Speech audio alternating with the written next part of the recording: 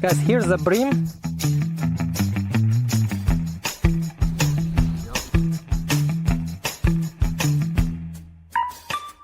Hey everyone, big greetings to you all. It's Sergey on the YouTube channel AssistanceTV-eng. In this video I will tell you 10 fishing life hacks that will make your work easier, so to speak. With these hacks it'll be much easier for you and you'll be able to catch a lot more fish. I hope so, and so to speak, these are some old fishing tricks. In my hands I have a toothbrush. Sergey, why needed a toothbrush for fishing? And you'd be right to think, guys, let me tell you something. You can make a lot of different DIY tools for fishing with a toothbrush. Let's say an extractor. An extractor is that tool you need when your fish swallows the hook deeply and you can't get it out of its mouth. Hook. With the extractor, you carefully slide it in, press on the hook, push it into the extractor, and easily release the hook, even if the fish has swallowed it deeply. You can make a good extractor with a toothbrush, with your hands. Here's our toothbrush. The top part where the bristles are, we don't need that, so I can cut it off completely. You and I get the pen itself, guys, without the brush. And our task now is to clean up the top edge with you, so to speak, to sharpen it slightly. I do this with a utility knife because a utility knife makes it easy to do all of this. But be careful, because the stationary knife is very sharp. So we've made this thing, look, we've sharpened our toothbrush just like that, flat like a flathead screwdriver. Now we're cutting out a swallowtail from this flat surface. In short, guys, we're making it like a rudder. But this indentation should be small, it's about 4 to 6 millimeters, something like that.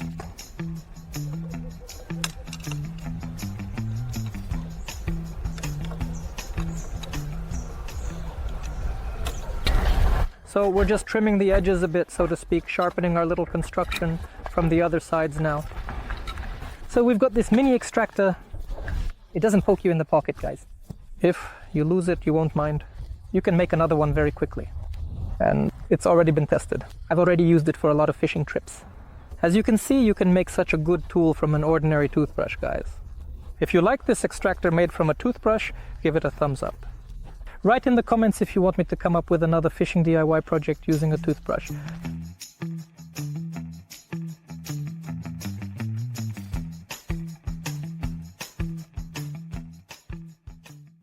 It often happens while fishing that our knee gets stuck. So, if a lot of water gets in and you suddenly unfold it, then it's impossible to push it back in, like I usually do, to fold the knee. So, I usually ask my partner for help. We take it, hold it from one side and from the other, and together we start doing it like this. You need to spin it really hard, in one direction by rotating it. But personally, I want to advise you to avoid this kind of jamming. Guys, use one proven method. There's one good proven method for fishing, guys, and that's using a lighter, or matches along with a paraffin candle. You need to coat the joint, specifically this connection point, where we will be unfolding, guys, well with paraffin. So, how is this done? Or you can just wipe it well with a candle, but that's not the best method. Or you can light a candle, and when the candle is burning, let the paraffin drip from it, and coat it well. Right here, with hot paraffin. For this, we lower the rod down and let it drip. Do you see how it's dripping? Drip, drip, drip, drip, drip, drip. So you need to drip it in there. After we've dripped everything here, we just wipe off the excess with a cloth. Wipe it off, it's nice and clean. It looked so aesthetic. Everything is good. Now guys, the paraffin will prevent our fishing rods from jamming. This is exactly the moment of getting stuck, guys, but just unable to. The paraffin will slide a little, and all these rough places due to which it was bursting with us, it just wouldn't fold up. It will just smooth everything out and everything will be great for us. So this is a simple old school way to keep your rod's joints from getting stuck.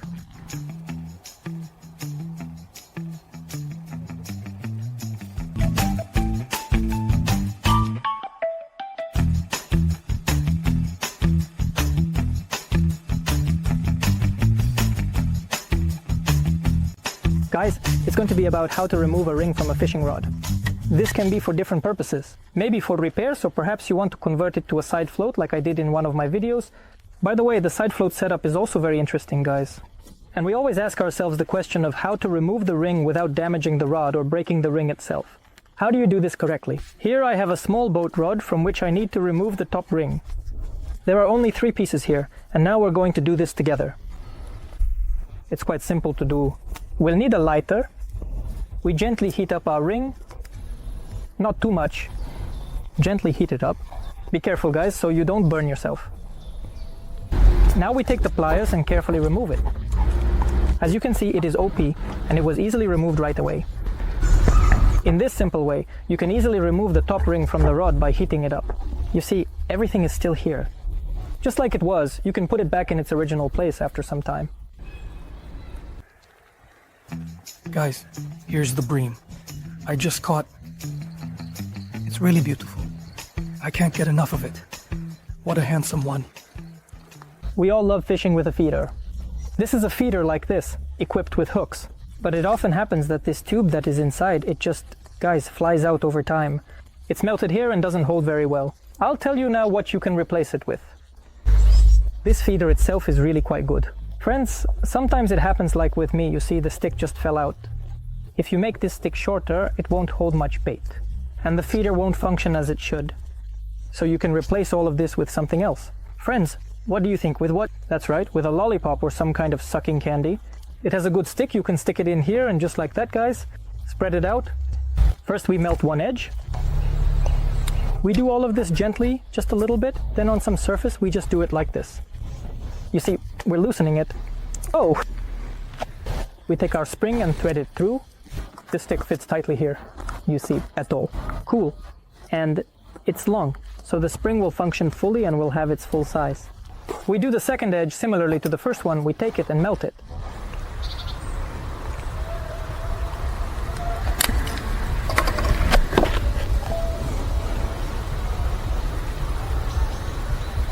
Now you have a spring fully ready to work with a tight tube.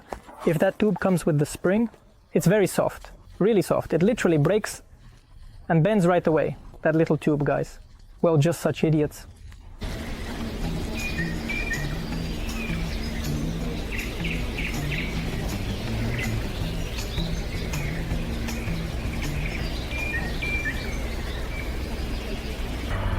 The next life hack is about the float.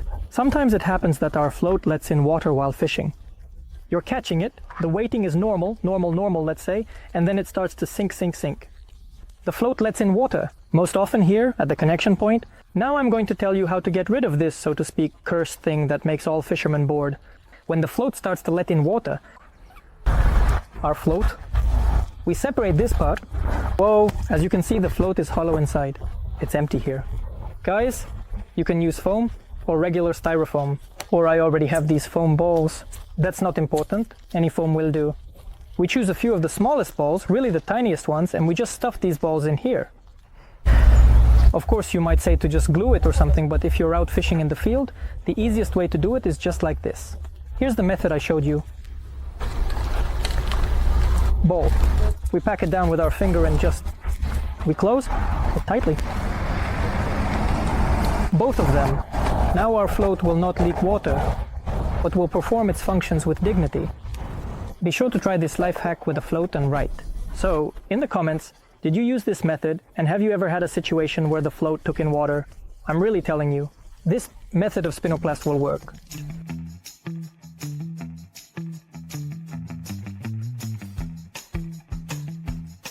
Let's imagine a situation where you've caught a fish, and you need to get it home in a bucket of water.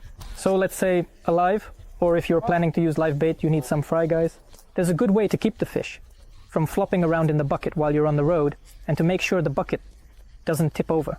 And there wouldn't be any splashes, your car or your bike, whatever you're using to transport it. The fish was dry. Look, we're collecting water. Let's imagine that this is our fish here in the bucket. And we have a bottle. We need to fill the bottle with about 2/3 of water. Okay. This is also an old method. Let's imagine again that our fish is here and we put the bottle here. I want to show you, look, the water is splashing around a lot, creating waves. If we put the water bottle down, the water bottle dampens it. All these fluctuations are caused by its volume. Inside, there isn't such a large area for it to create waves. And it turns out, guys, it's less I've always done it this way with these different types of flattening. When I was fishing in the fall with live bait, I was transporting the bait. You watch these videos? To avoid splashing everything in the car, I put a bottle there. And so guys, everything was dry and cool. I really recommend you try this method and see for yourself. And have you used this method earlier? Let me know in the comments how it worked for you. Did you manage to achieve this effect so that it didn't splash or not? But there's one catch. The bottle needs to be the height of the bucket. See? And the water in the bottle should be either at the level of the bucket or slightly more like mine. It should definitely not be less, because it shouldn't be floating in the bucket. It should just rest at the bottom. If your tackle box is as messy as mine, then the next hack is definitely for you. As you guys have seen, my box is a complete mess and everything is scattered around.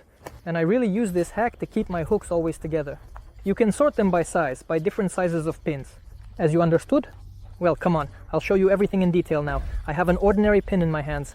It will help you organize your tackle box and sort your hooks by size. We know that pins come in different sizes and hooks also come in different sizes. So, we take a regular pin together with you, we take a hook and just thread it through the pin. Like this. Whoa! You see, it fits tightly in here. We do the same with the other hooks of a certain size. If you have hooks, let's say that they are the same shape and the same size and can be put on a pin in this way. And they will definitely never go anywhere. They'll always be at your fingertips. We close the pin and all the hooks hang like this nicely. Besides the pin method, there is another good method with a magnet. Maybe you guys already knew about the pin and that you could do it this way, but I don't know about the magnet. Write in the comments if you knew about the magnet in my hands. Just an ordinary magnet I don't know, from some speaker, and here are our hooks. Friends, we all know that hooks, being steel, can be easily magnetized. As you can see, the magnet, it pulled them all in so well right away, it's really great. And what I want to say about this method is great because all your hooks will be magnetized and will be in one pile. Now let the magnet sit like this for a minute. We'll take them off and all the hooks will be magnetized.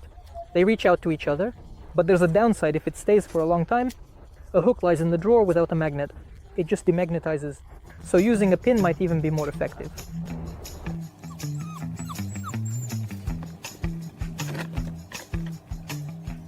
Well, a couple of minutes have passed. Now I'm going to show you, I'm just taking the hooks off the magnet. And look guys, they're all magnetized. So the hooks hold on to each other even if I lift them by one hook. You see, what an interesting life hack it turns out to be. The hooks are all next to each other, so if they're in a drawer they won't just scatter everywhere but will hold together, so to speak. In a pile next to each other, they won't scatter anywhere. Here's a hack. The next hack is more of a tip than a hack. I have two seemingly identical rockets in my hands. I bought them at the market for the same price. But guys, as I kept thinking and started examining them, I realized that they are quite different from each other, and the differences are pretty significant. Now I'll tell you what the difference is, and the price is the same and looks like the same, but look at one of them here. Here's the head, ribbed, nothing here. This horned beetle sits tightly with it, guys. Everything is clear, an ordinary horned beetle. I think this is the same lure, but it has a completely different purpose. The thing is, with this lure, you can not only adjust the height, but also remove it upwards. You see, the lure itself twists, and when the lure twists, the middle part is hollow with threads, which means you can put other things on this lure, guys. Some attachments, or you can make something yourself, or just interchangeable tips. Or I have a comb in my hands, and you can screw the comb onto this. So, individual elements are sold that can be attached not only to expensive platforms. Guys, and also for these lures, see, now we have this little comb. It can be used as a feeder, or for bottom fishing, or for floats.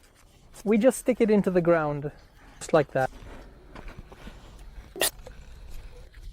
And we end up with this little comb.